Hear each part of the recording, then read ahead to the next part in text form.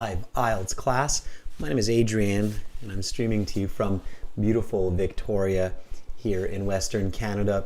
I hope everybody has had a great week. I hope you're looking forward to a fantastic weekend. Students, in this class we are looking at IELTS listening, focusing on part 3 and 4. The listening section has 4 parts and we did part 1 and 2 last week. If you missed that class, it's totally okay. You can check that out on the channel. This is a subscribers chat class. It's a good idea to subscribe to our channel because then you can see those videos and you can join this chat and get notifications. This particular listening part 3 will be about trade. Part 4 will be about a specific artist, Michelangelo. And these listening materials, this practice exam, is coming from our website, aehelp.com. That's academic IELTS, and general IELTS, gieltshelp.com. We have lots of practice exams, courses, strategies, videos on those websites. We're going to use our academic IELTS website in just a moment for our listening. Welcome, Chen. Hi, Anton. Fuang, Chayani, good to see many members in the class. That's awesome. Zippy, Ridam, Jasmine, Anani, Masha. Nice to see many subscribers in the class as well. That's fantastic. Students, if you have questions about the IELTS or English, send me an email, adrian@aehelp.com, or you can also send my team an email, admin@aehelp.com. We are here to help you succeed on the IELTS exam. We love helping people reach their goals and dreams, getting into university, getting immigration. It's fantastic. Students, we've got 2 more classes for you tomorrow. We've got speaking part 2 for members. We've got speaking part 3 for everybody. Again, make sure to subscribe so you can see this schedule that's here. And to practice your speaking today, check out this recent video that we just put out there. It's a good one. I put the link in the chat there for you. You know what? I'll replace the pin, so I'll pin it to the top, and then you can check that out. Yeah, we've got lots of help. Let's get into some listening.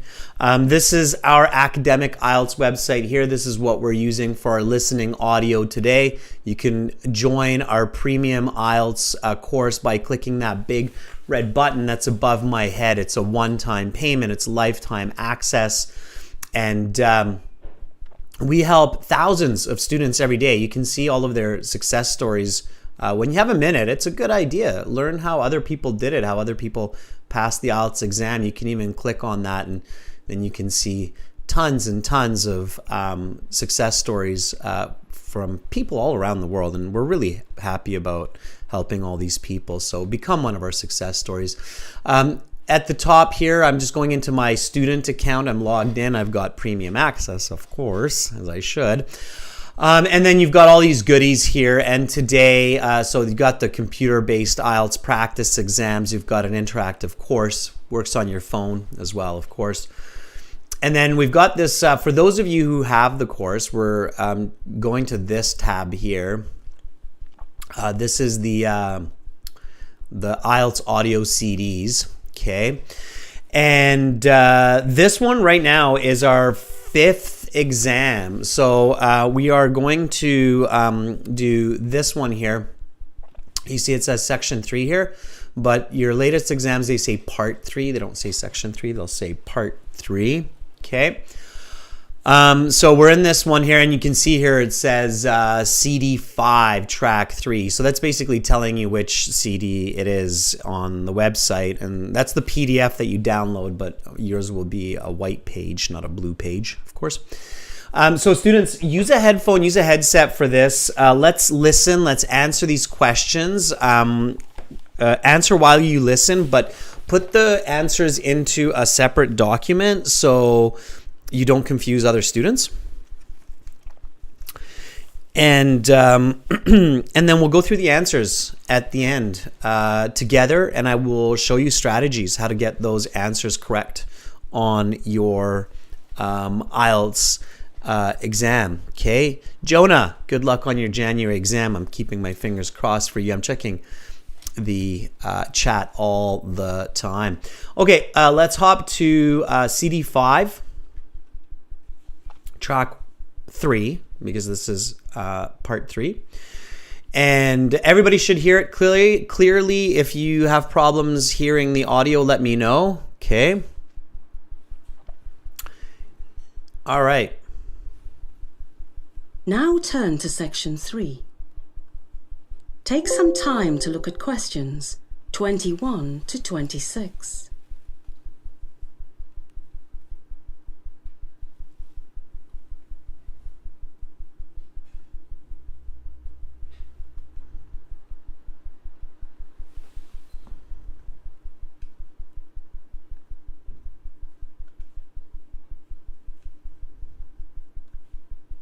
Listening, section 3.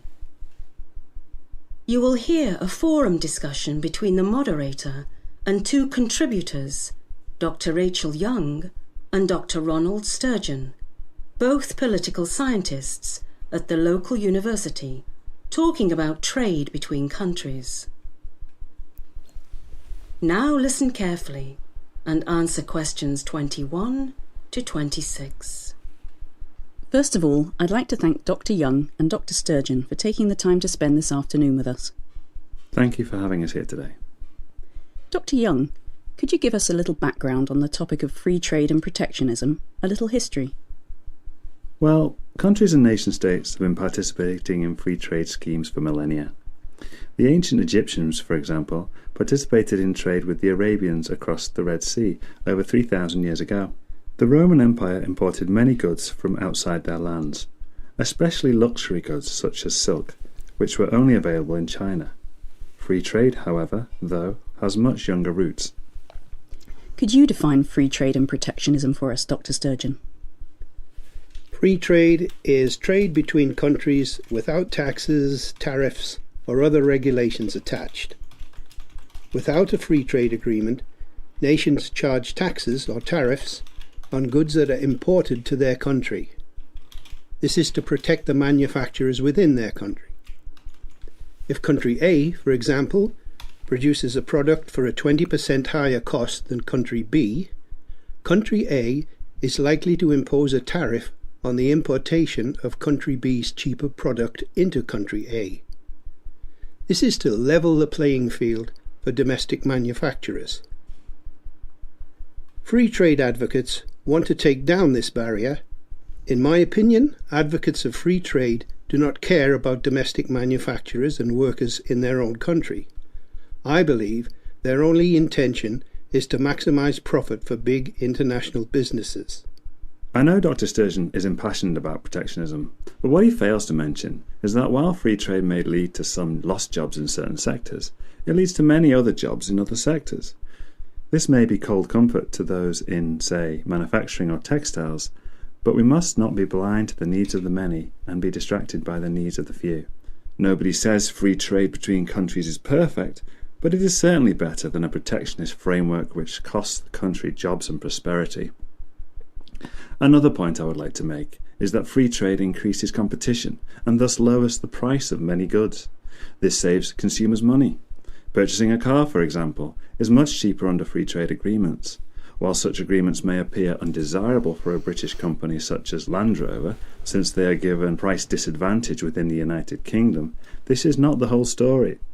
While it is true that the company is at a minor disadvantage within their home country, free trade agreements puts them in an equally advantageous position in other countries in which the UK has a free trade agreement.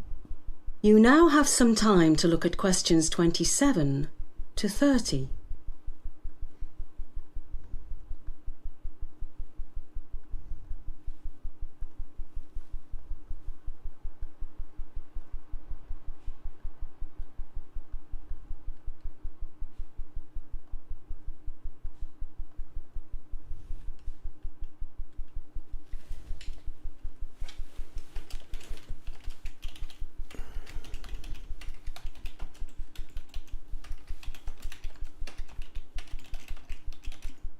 Now listen to the rest of the discussion and answer questions 27 to 30. This is a very interesting discussion. Dr. Sturgeon, from reading some of your work, I know you have some ethical concerns about free trade. Yes, I have a number of ethical concerns. First and foremost, free trade agreements incentivize highly unethical sweatshops.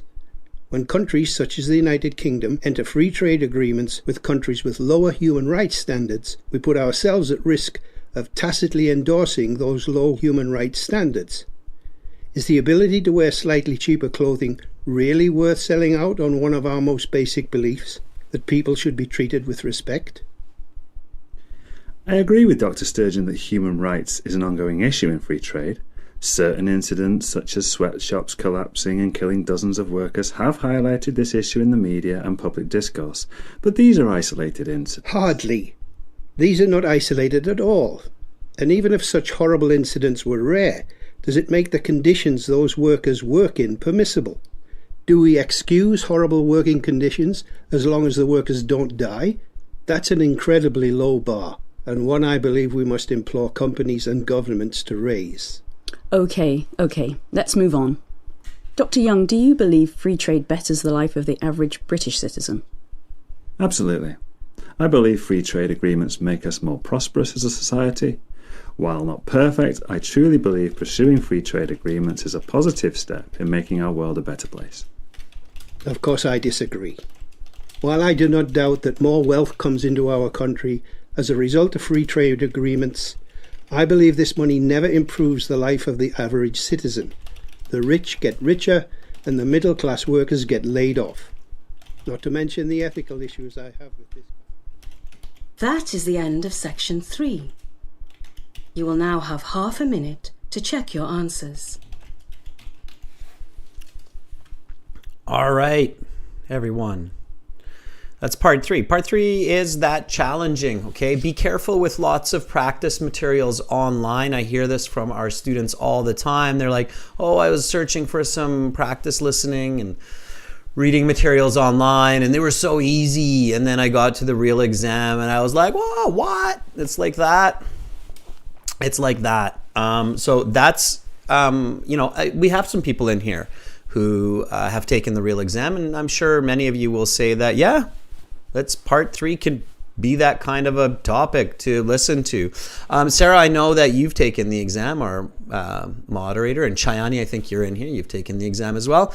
Would you agree part 3 can be that kind of a conversation? It can be that challenging or difficult? Okay, so again, that was coming from our website. To get all of those exams, you can join the premium package by clicking that big red button. Now let's go back to answering these questions. Okay, and I'll show you some of the strategies that I used. Okay, so be ready, students. Part 3, part 4 of the listening. They challenge you to understand natural situations, conversations, professors, lectures. Okay. KD, good luck on your exam tomorrow. I just saw that comment. Chayani says, yes. Yeah, absolutely. Okay, so yeah, KD, come back and share your experience for sure. Okay, so part 1, quite easy. Part 2, so-so. Part 3, part 4, they're a lot more challenging for sure. Okay, all right. So let's take a look at these questions, and I'll show you what I did. Okay, for strategies. All right. So again, everybody, I caution you one more time. Be very careful with online example materials that are too easy, or materials in classes that are too easy. Make sure to practice your listening and your reading with materials that are the same difficulty as the real IELTS exam. Okay, it's a very important tip. Okay, so here it's an interview. It has an introduction, it has a beginning, it has an end, okay? So keep in mind, students, that some of these listening parts, so certain listening parts are an interview or discussion. They introduce a topic, debate the topic, and then come to a conclusion. Okay, this is common for part 3. Okay. Because it's kind of, like situations in real life. So in university or at your workplace, these are typical kinds of situations where somebody introduces a topic, you have to discuss it, debate it, good and the bad, and then you have to come to a decision. Okay? So as long as you know that this is what you're listening to, then you're okay. All right? Now, you can practice this at home where you just focus on these 3, okay? On first, introduction of the topic, then the debate of the topic, and then the conclusion to the topic, okay? So before we even look at these questions, everybody, and before we look at the answers, what is the topic in this case? All right. Artist, every exam is the same difficulty. It's not like the one on the 24th will be more difficult. Okay. Okay. So what is the topic? Chen says free trade. Not quite, Chen. Fuang, right, it's trade. Okay. And what are the 2 subtopics? Trade.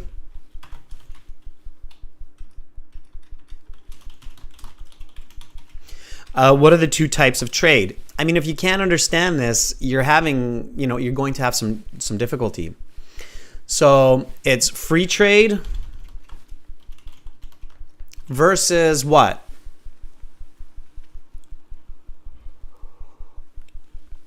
Yeah, Alexander, it's international trade. So it's trade between countries. Yep, you're right about that. Trade, international trade.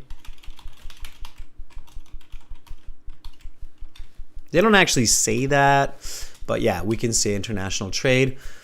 Okay, so it's free trade, and what's the other type? It's good to know this, especially for business students, economists. So those of you going into marketing, business. Chen says paid trade or something like that, yeah. So it's called protectionism. Okay, think of the word protection. Protectionism. So they debate this topic, which is better? Right?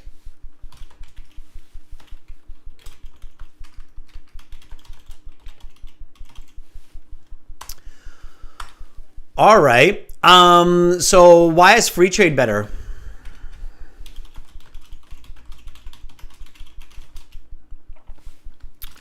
What do they say? So why is it better when we can trade between countries without having to pay tax or any kind of tariff? So they give a good and the bad, right?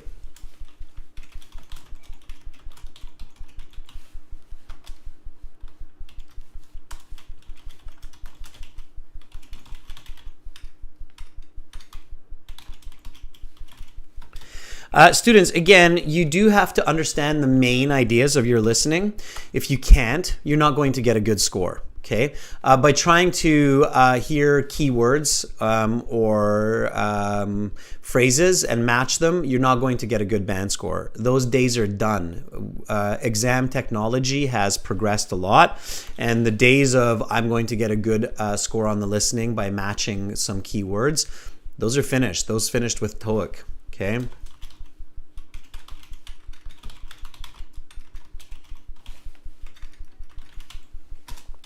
So you do have to understand the main ideas, and you can. You don't have to understand every word. You just have to understand the main ideas. I will show you how to do this, okay?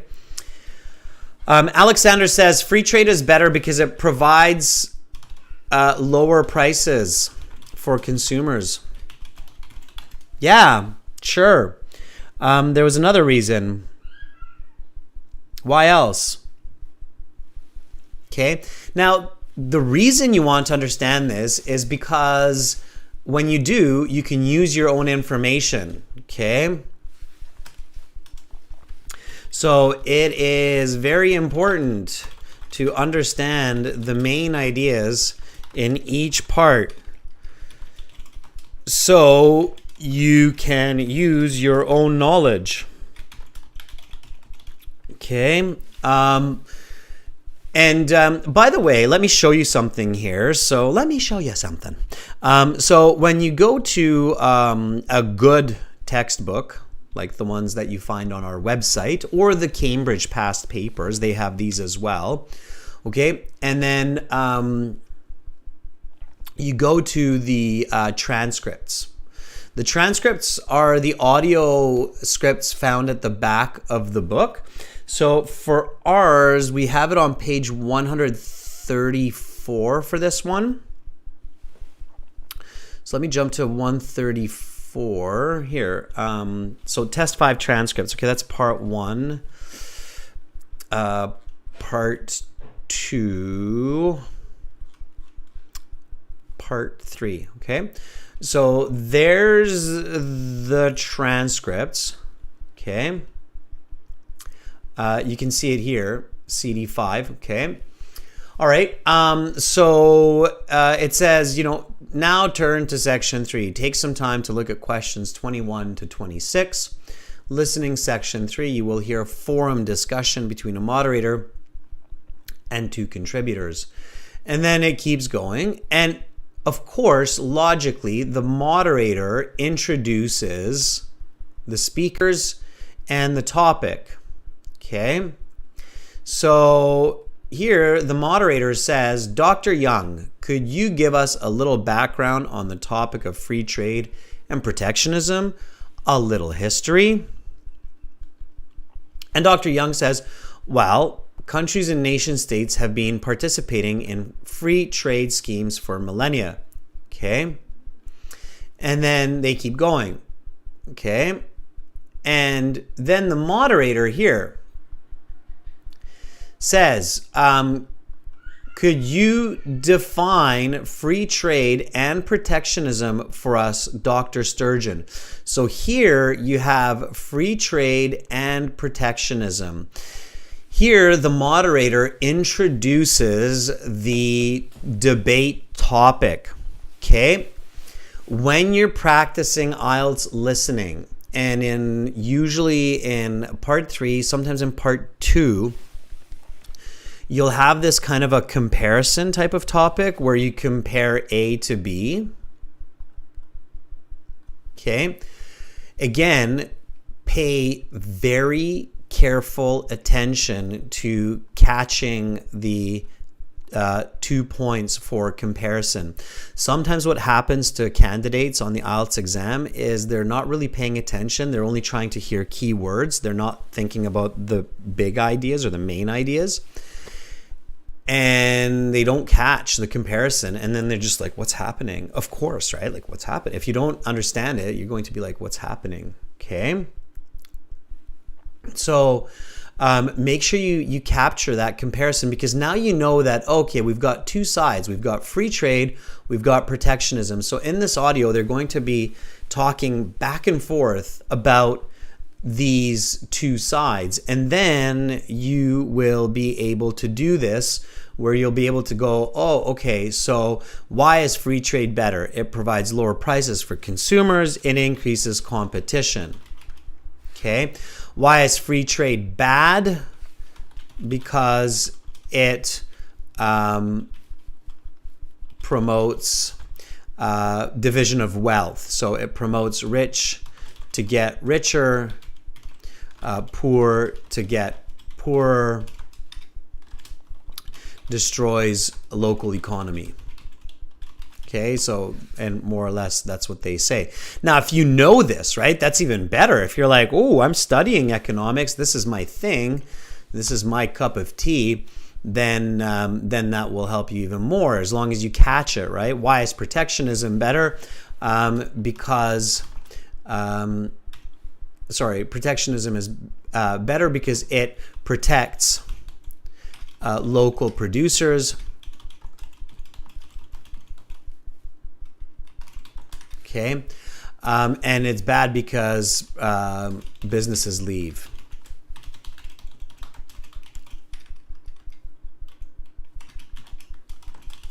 the country. Now there's more, right? But those are the ones that come to mind for me now, and that's fine, okay? And those are kind of the conclusions as well, all right? Alexander says there's human rights violations as well. Exactly. You remembered that, Alexander. That's fantastic, okay?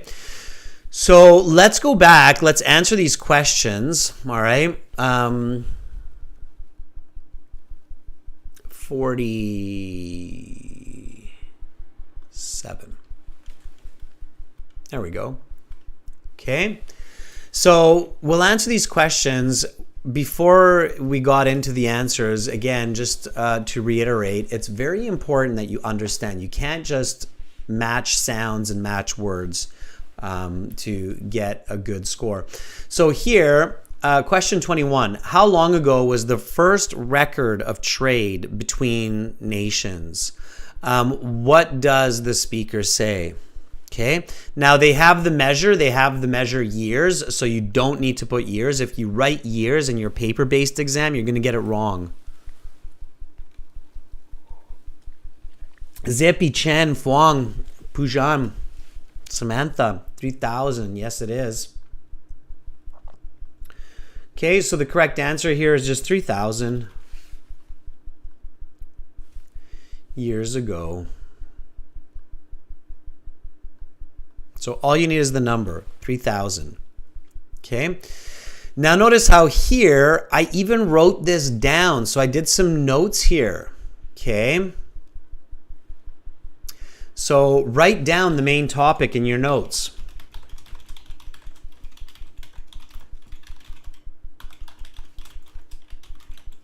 Okay, you shouldn't take a lot of notes in the IELTS because you have to answer while you listen, but you should write down notes, for example, on the main topics like free trade versus protectionism.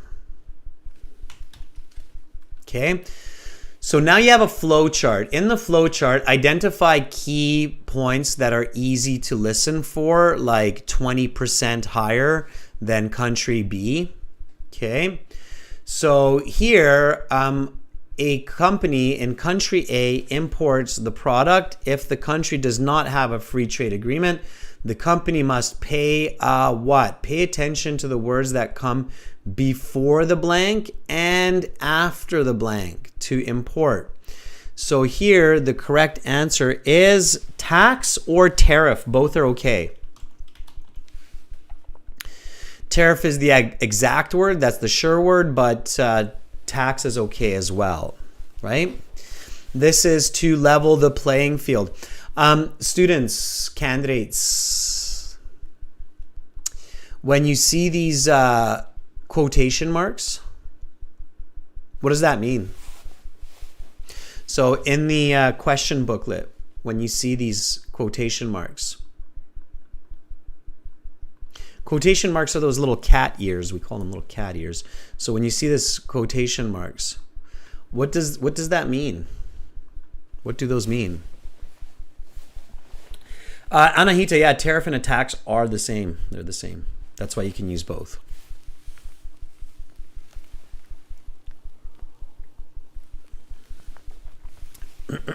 So, what does that mean when you see those quotation marks?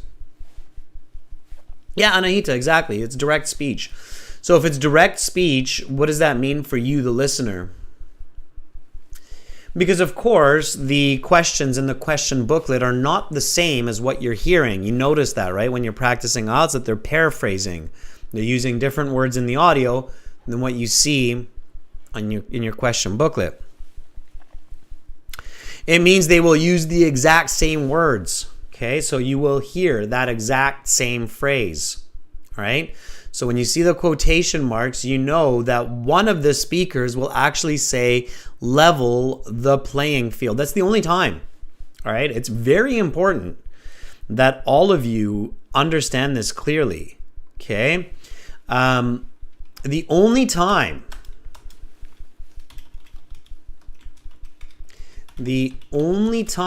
you are guaranteed that you will hear the exact same words in the audio, in the IELTS audio, as what you see in your question booklet, or on the screen if you're doing the computer-based exam, or on the computer screen, is when you see the quotation marks. Okay? Otherwise, most of the audio will paraphrase the information in the questions, meaning they will not use the same words.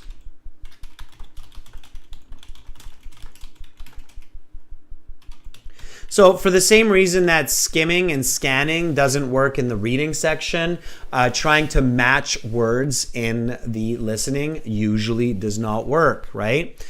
Quotation marks show direct speech. They're basically showing you that somebody in the audio will use these words exactly. Okay? Everybody got that? So everybody clear on that? All right? So here, I see the quotation marks, so I know that I'm listening for this exact phrase, level the playing field, because it is an idiom, and I have to listen for it and catch where they use that idiom. Okay? So Rakwea Chen Anahita say yes. So I have to be like, okay, when are they going to use that idiom? I have to, because if I don't know the idiom, I have to really pay attention to the audio. And then I hear it. So they say, level the playing field for somebody. Okay. For who? Anybody catch the answer for 23?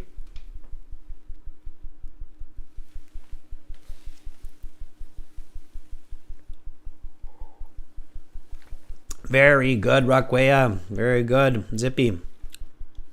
Well, Zippy, the second word is not good, but the first word was good. You have to get both right, Zippy. So domestic manufacturers. Okay. Both words have to be accurate. It's the only way to get that correct. Okay. Domestic manufacturers are the local producers. They're the people within the country, within the city, within the province or the state that make the products locally. So they're the people, the local farmers, the local factories, and so forth, okay? Those are the domestic. Domestic means at home. Manufacturers means producers, all right? Okay, so if the countries do have a free trade agreement, the company does not have to pay the import on the item. Some advocates of protectionism believe free trade advocates are only worried about maximizing something. Now they didn't say large corporations. Anybody remember what they said instead of large corporations? Yeah, Fuang Chayani, everybody says, okay, the answer is profit, maximizing profit. Yeah, profit is correct. Anybody remember, so a little bonus question here, what they said instead of large corporations? LTD says big companies. Almost. It wasn't big companies though, LTD. I don't think it was. I'm going to check, but I remember something different. Raquia says international companies. Now this is where you want to practice your ability to catch paraphrasing and then of course learn the new vocabulary. So I think it was big businesses. Okay. But you know what? Let's check. We can do that pretty fast. Again, you can check this by going to the transcripts. It's on page 134. So let me, a little bit past it. Yeah, so here somewhere. Yeah,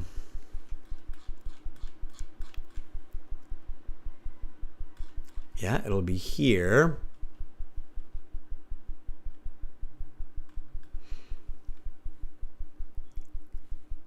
Yeah, okay. Somebody says, I see, it was a good combination. So here it is. You can see in the transcripts, it gives you the answer. It shows you number 24. This is where you find the answer from the audio. And then it says, I believe their only intention is to maximize profit. So there's your answer, profit, right? And then here's the paraphrase: big international businesses. Almost got it. A couple of you got the international part. Chen says huge companies. Nope, Chen, that was only in your mind. Okay. All right. So, big international businesses. It's really good practice to do this, students. So, a great practice for improving your listening. Your listening scores is to identify the paraphrasing used in the audio for the questions. Okay, like the example here. Large corporations equals big international businesses. Yeah, corporations, right? So that's what you can do. You can make a list. So make a list like this, right?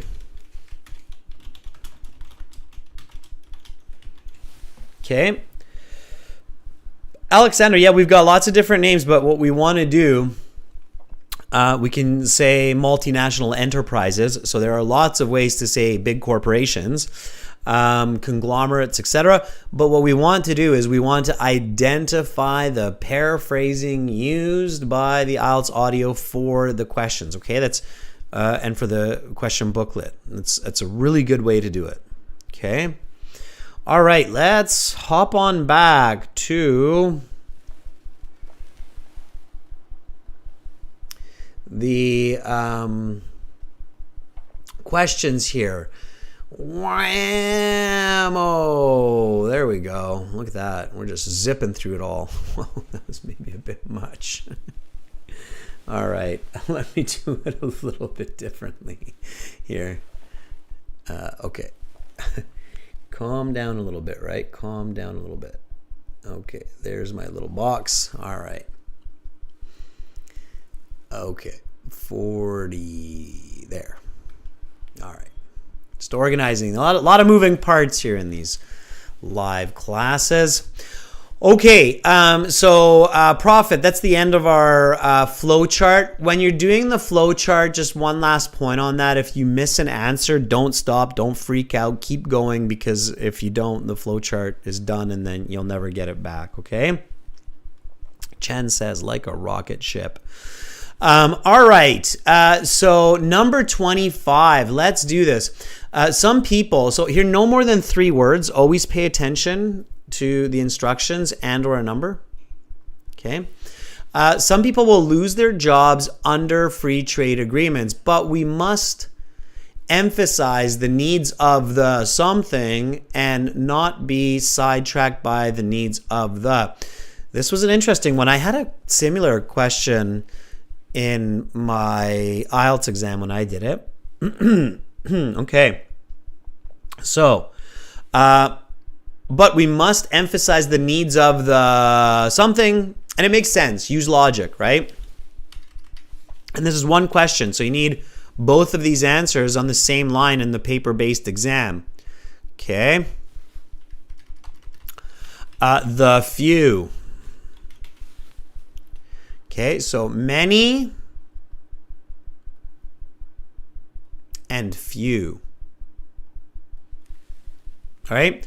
You need both. So in the paper-based exam, you would write many, and then you can put a comma and put few. Okay? In the computer-based exam, you just type it or you drag and drop it and you're done. But you need both for 25. Okay? Free trade lowers the price of many goods because it increases what? What does it increase? And again, if you understood the topic, the pros and the cons, you probably got this correct. Yep, don't write money, Chen. Don't write money. You got to get the right answers. Many and few. Number 26 is competition. Yes, it is competition. Okay. Now we're into the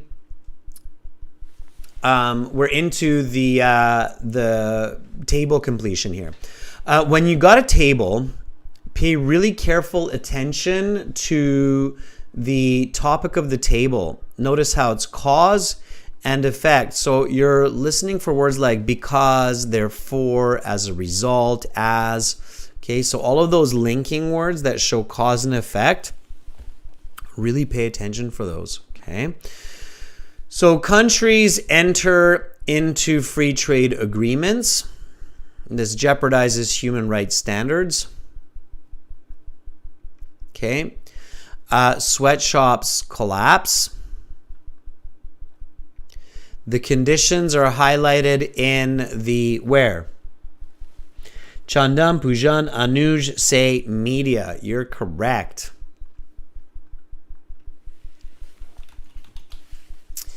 They're highlighted. They're shown in the media, right?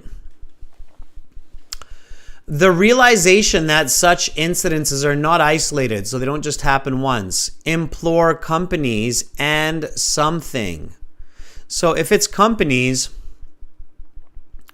then number 28 is going to be also a noun. And Anuj, Chen, you almost got it right. Fluang, you almost got it right. Rakwe and Chayani got it right. Why did you get it wrong, Chen?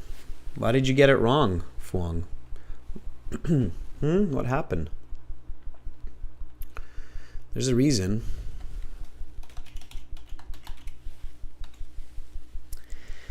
That's right, Chen. It's the missing S. Notice that I even highlighted this for you. Companies. Okay. If you miss the S, it's not plural. If you just have government and you don't have the S, it's wrong. It has to be plural. There's a rule in English. Nouns have to have parallel grammar when they're in a series. So if this is plural, this has to be plural. If you're in the paper-based exam and you miss that S, or if you're in the computer-based and it's a typed answer, and you miss the S, you lose that mark on that S, unfortunately. But that's the way it works. That's the language. That's the rules of the language. Okay. So implore companies and governments to raise the bar. Okay. All right. So correct word, governments with an S, countable. 29 and 30. Trying to read all this with the audio playing is almost impossible. I don't want to say impossible, but almost impossible. So I'm not going to read this while I'm listening to the audio, or this for number 30. Okay, what I'm going to do is I'm going to pay careful attention to the question. What is Dr. Young's main point in advocating for free trade? And then I'm going to capture the answer. Dr. Young says that free trade is better because it's not perfect, but it helps to make the whole world better. Everybody else catch that? Chandan, while you're listening to the audio, write in small letter. After the audio is done, you can change it all to big letters, okay? So I was like, okay, that's got to be the answer. So now let's see if anything matches to my answer. Okay, so here's my answer, or my question and answer. Now I'm going to find the match. Okay, now remember, I'm not there at the IELTS exam with you. Oh, well, maybe I am inside your head. But I'm not going to be typing notes for you, that's for sure. So you have to do this. Free trade agreements are the single biggest economic driver for making the world a better place. Single biggest economic driver? What? Free trade agreements are not perfect, but they're a good step towards increasing global welfare. That sounds good. Free trade agreements are not always positive, but can be an important way to level the playing field. Yeah, B for sure. Okay, so if you got B, you're good, you're golden. All right, everybody got that?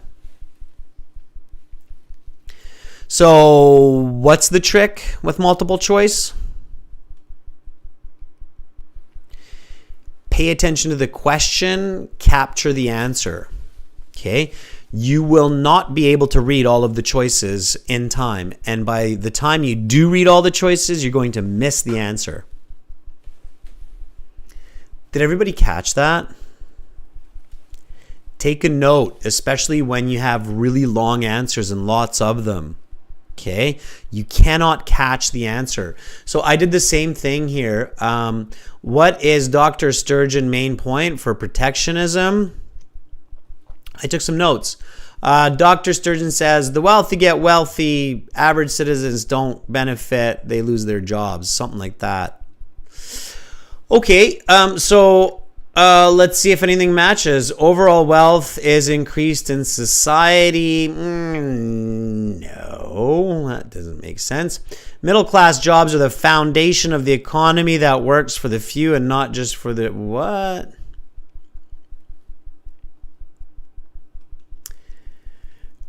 Free trade agreements are bad because they concentrate wealth in the hands of an elite few. The rich get richer. That sounds right. So, C it is. Right? It's very hard to catch that paraphrasing if you're trying to just stare at the questions, especially with so many answers like that. Okay, if you're just staring at the answers, I should say. So, question here, students, is what'd you get correct out of 10 here for part 3? So part 3, it was 10 questions. How did you do? What did you get from 10?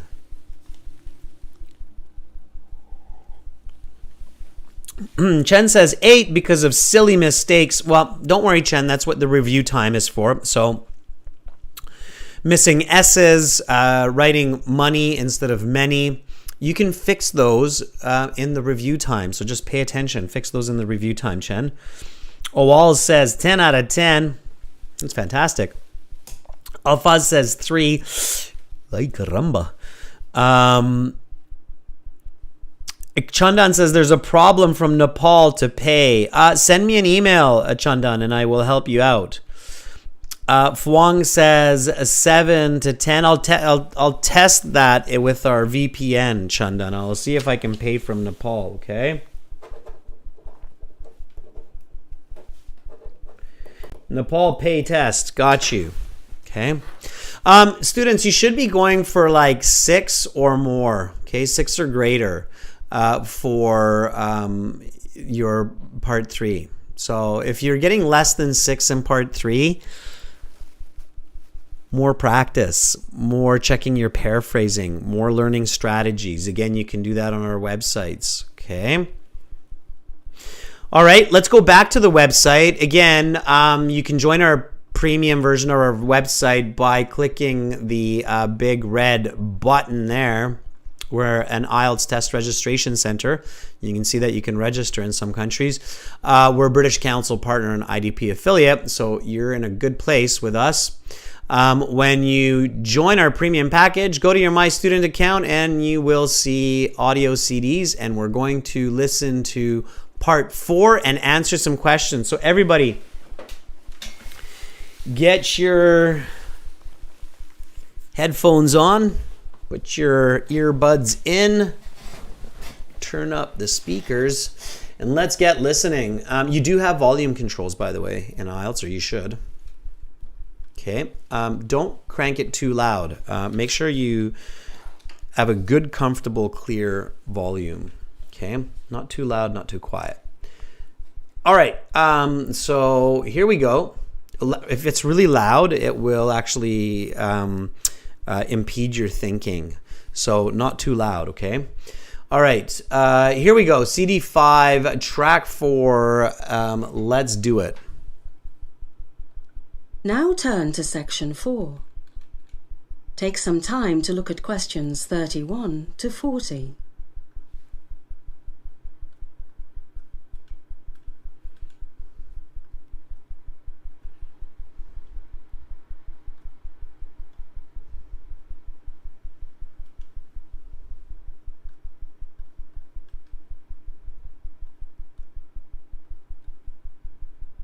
Listening section 4.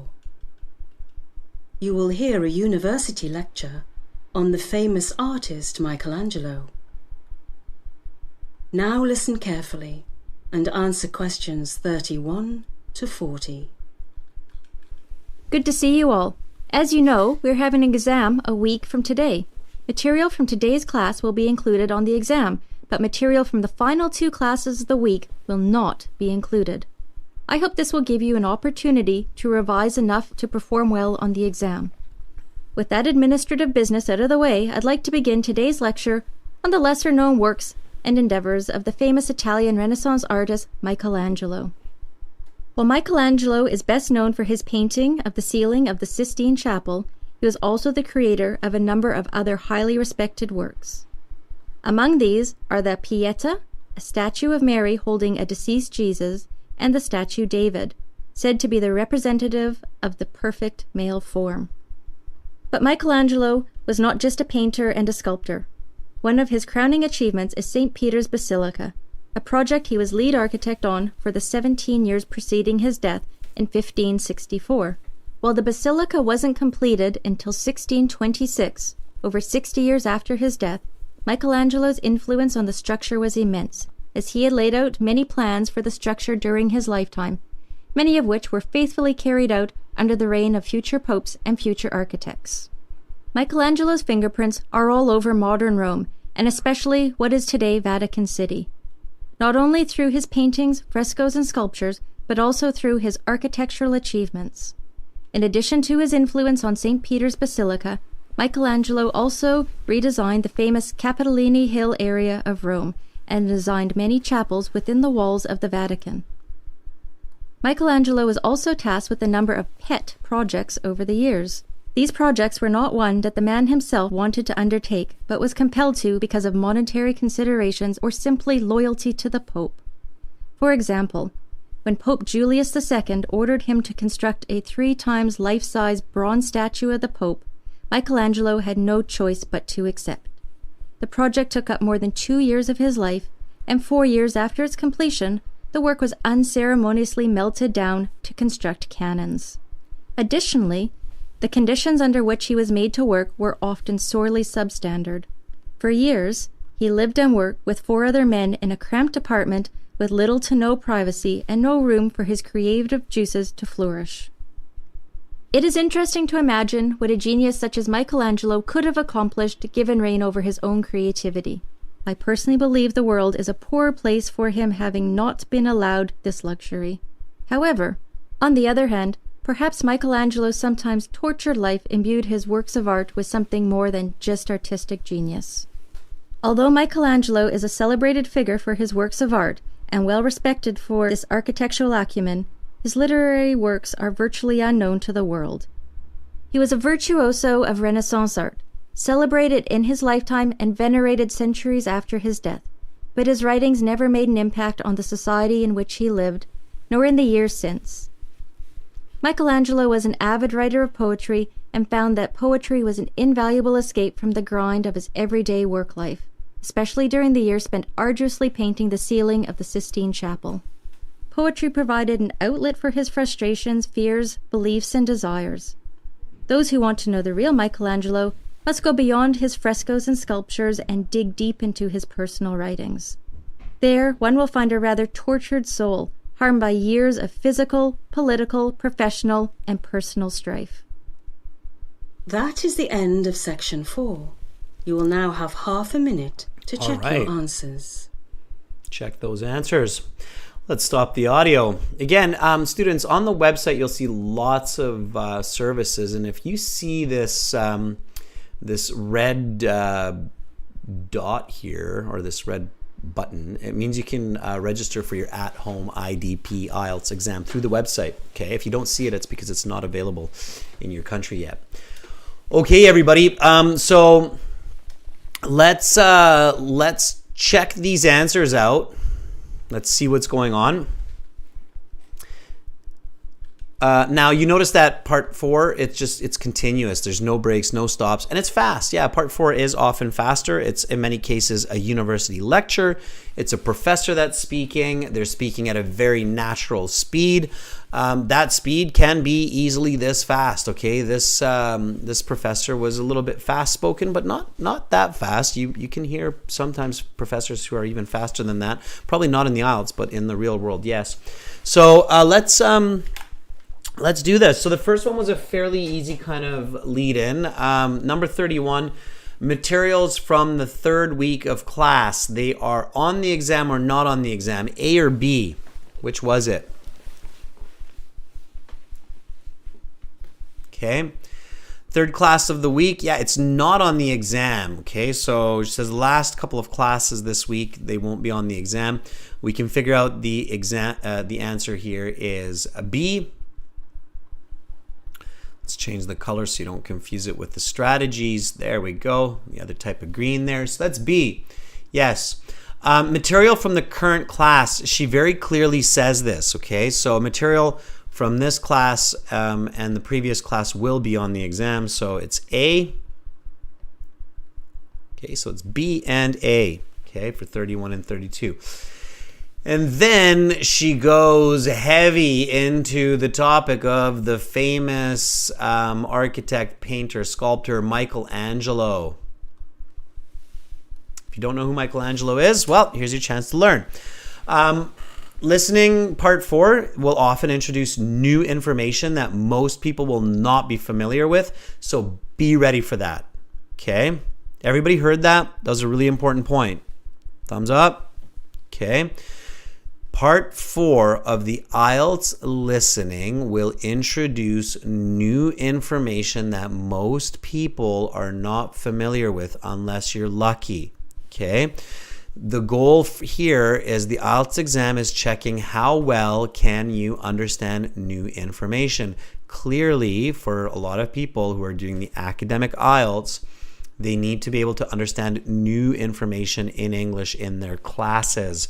So they're not trying to be mean. They're not trying to trick you. They're trying to prepare you or see if you are prepared enough to do university or college. Okay. Also, if you're going into some jobs, you obviously have to be able to understand new information.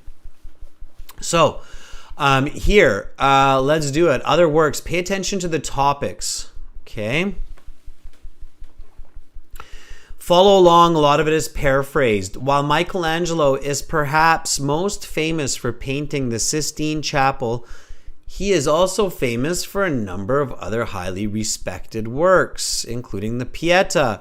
Names are good because they can help you position, so you know where you are in the audio. You can't really change a name, right? You can't paraphrase it. So if you see Pieta with a capital P, right?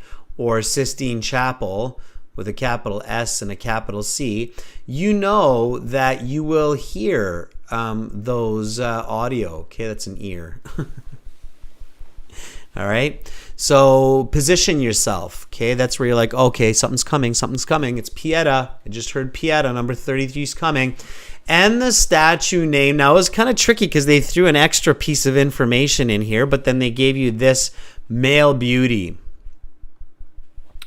So what was the answer for 33? It wasn't a statue of Mary holding Jesus because that doesn't make sense, right? So they mentioned 2 statues. It was the statue of David, right?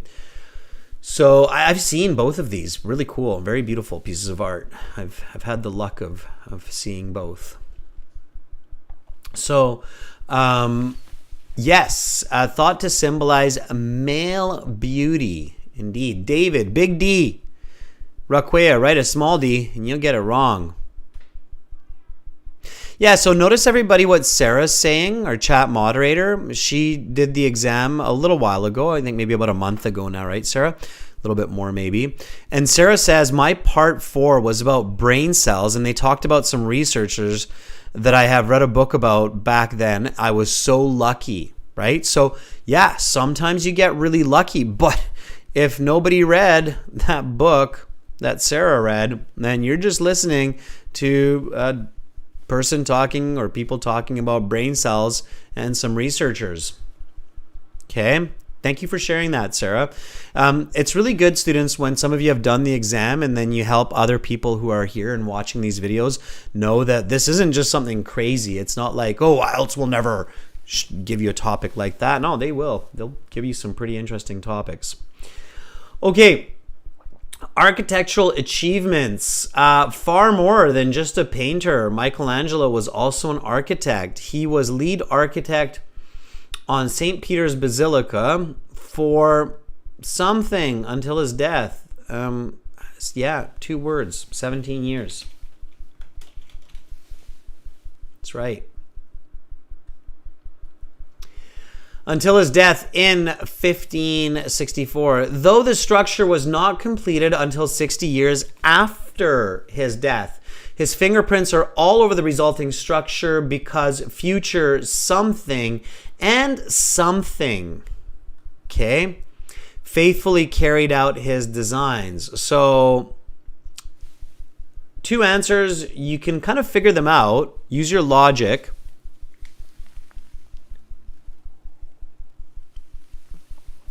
Anahita, if you misspell those nouns, you will get it wrong. Okay, so Fwang says post and architecture. Zippy says popes and architects.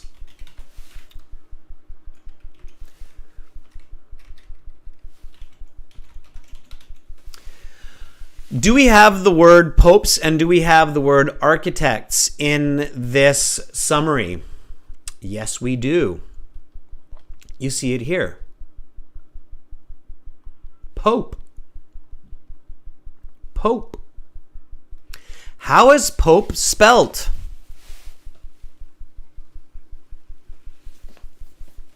How is Pope spelt? With a capital P. Don't write it with a small one. You could get it wrong.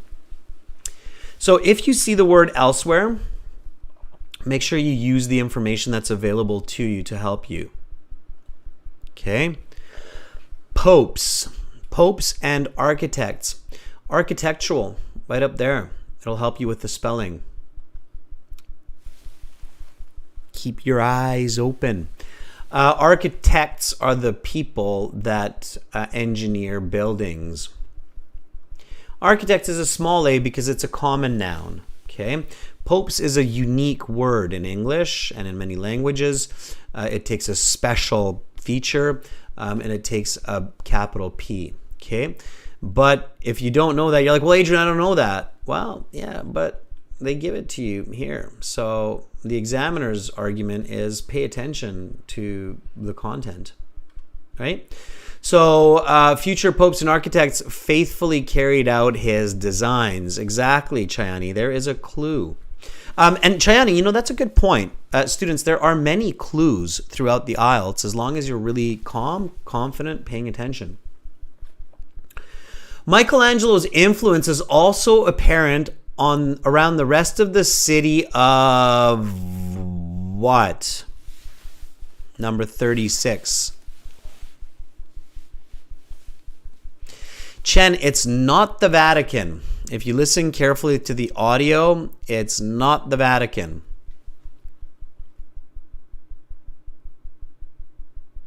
Okay. Alexander, that's right. Rome. It's the city of Rome. It's a tricky one. If you know your geography, and this is where it helps, you know that Vatican City is inside the city of Rome. Vatican City is quite small, or Vatican State even. It's quite small, but it's inside the city of Rome. And Michelangelo's works aren't just in the Vatican City, they're all around Rome. And if you pay attention to the audio, you go to the transcripts, I'm not going to go there again, but if you go to the transcripts, you will see that the speaker says you can see Michelangelo's works all around the city of Rome, not just in the Vatican City. Okay? And then another word here to help you position, Capitoline Hill. And then it keeps going. So, servant of the papacy. He was also a loyal servant of the Pope. Sometimes this was important work, though sometimes it was rather pointless. He once built a something of the Pope, only to see it melted down for cannon parts, and not the camera. We're talking about the kaboom cannon here. What did he build? Not a brown statue, Chayani. If you're not sure, just write statue. It was a bronze statue.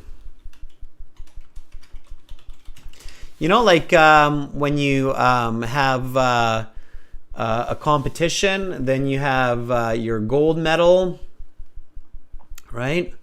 You have a silver medal. I don't have silver, so I'm just going to use a black here. And then you have a bronze medal, right? So that's the bronze. Okay, so gold, silver, bronze. Okay, so it's a bronze statue. Okay. Yeah, if you write statue, you will probably get it right, although be careful. Some IELTS, they're very strict, and they're like, no, you need bronze statue. It's listening part 4, we need specific details. So if you know that it's bronze, write bronze. If you're not sure it's bronze, if you didn't hear that part, then just write statue and cross your fingers. Hopefully they'll give it to you. Okay, there's no guarantees. The IELTS doesn't have to give it to you. They can say, nope, we only give it to bronze statue. Okay, only to see it melted down for cannon parts. What a shame. Moreover, the something he had to work in. This was catch the word, right? So if you got this, you got it. Conditions, plural. You got it, you got it. The conditions, plural, plural, plural, plural, conditions he had to work in were often substandard, often being forced to live and work in small, cramped places with a number of other men. Literary works. It is interesting to think what he could have made if he was given the freedom to explore his own. Number 39. Anybody? Creativity, that's right. Okay. While his life may have been difficult, some people argue that this difficulty made him a better artist. Something was an important way to escape the difficulties. She said it very differently. She said it was an important outlet to come to terms with his challenging life or something like that. But she did say the answer very clearly. Anybody get that? LTD, it was not polarchy. Phuong Pujan, it was poetry. That's right. Okay. So poetry is the right answer. Wrote some poems. Michelangelo's I've never heard about it myself, but okay. Michelangelo's poems. All right. So those were the right answers. Part 4, definitely practice it so you can get a lot of answers correct. Students, what did you get? So what was your score from 40? From 10, sure. But we've got lots more colors here. Let's go purple. Nah, it's too dark. I've just realized I've got more colors to play with. I even have I could have done silver. Look at that. I just found silver. What did you get out of 10? Pujan got 9. That's great. LTD got 6. Yeah, if you're getting 6, 7, 8 in part 4, you're doing good. What did you get out of 40? If you were here last week for part 1 and 2, if you missed that class, it's on the channel, so just check it out. Last week, you'll see listening part 1 and 2. Those are the first 2 parts of this exam. Okay. Chayani, 33 is great. Okay. LTD, yeah, 6 is not bad for part 4. Okay. All right. Yep, Sarah, always getting a little bit fun and fancy. Pujan, good luck on the exam tomorrow. Hey, Pujan, you got 9 out of 10 on this part. You're going to be doing just great. You've got nothing to worry about. Okay. Anahita says, that's not silver. That's gray. Come on, give me a break, Anahita. Silver and gold are not really colors, right? They're gradients. Okay. So if you got 33, that's fine. Students, if you're on the website, okay, at the very, very bottom, there's a score calculator. You can check your score. If you got 33, it'll show you that. Ooh, look at you. You got 7.5. Okay. If you got more, if you got like, let's see, 38, you got 8.5. Fuang, if you got 30, you got a 7. Okay. So check the score calculator on the website. Again, students, the listening materials were from this website as well. And you can get the premium package by clicking the big red button there. It's a one-time payment, lifetime access. We don't believe in trying to charge you every month. That's ridiculous. Who knows how long it will take you to pass the IELTS. So just pay once, start studying, start learning, click that big red button, and you're golden. For the general IELTS, the green background, okay? Click that big red button there. Tomorrow, I'm back with speaking part 2 for members, and then speaking part 3 for everybody. Okay, so check out the classes tomorrow. aehelp.com, glshelp.com. That's the ticket to your great band score. Sarah, thank you for moderating the class. Chen, Chayani, Fuang, members, thank you for the great participation. Anahita, LTD, 54. All of you wonderful subscribers, thank you for your support. And for those of you, Pujan, doing the exam tomorrow, best of luck, all right? Fingers crossed that you do a great job. Be you, be confident. Much love to all of you wherever you are in the world right now. Keep up the good work. Goodbye, everybody.